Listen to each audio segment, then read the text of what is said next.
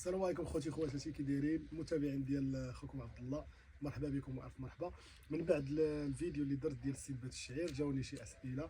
واش السنبات الشعير كتقطع الربيع وكتعطيه، وهادو لا كان السنبات الشعير كنقطعو كل شيء، الربيع والجذوره كياكلوه بالجذوره ديالو. الطريقه كندير ليه بحال هكايا. بالنسبه للدجاج انا كنعطيه لهم بهذه الطريقه هذه.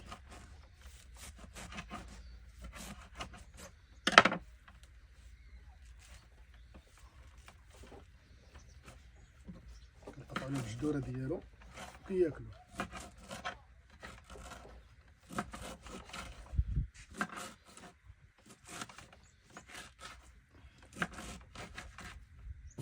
هو كيتهز بلاكا خوتي بحال هكايا، وانت كتقطعو كما بغيتي على حسب شنو عندك. الا عندك الاغنام تقطع لهم طروفه كبار شويه، عندك البقر غتلوح لهم معاه هكا غياكلوه، عندك الدجاج ولا قنيه راه غتقطعوا لهم شويه صغير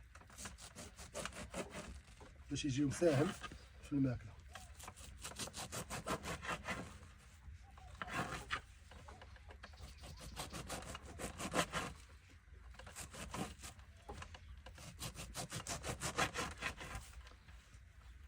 هذه الطريقه خوتي كما كتقدم. كنحلوها بحال هكايا صافي، وكنحطوا لهم هما راه كياكلوا ليه الخضر، وكياكلوا حتى هاد الحبه والعروقه، كياكلوا كلشي.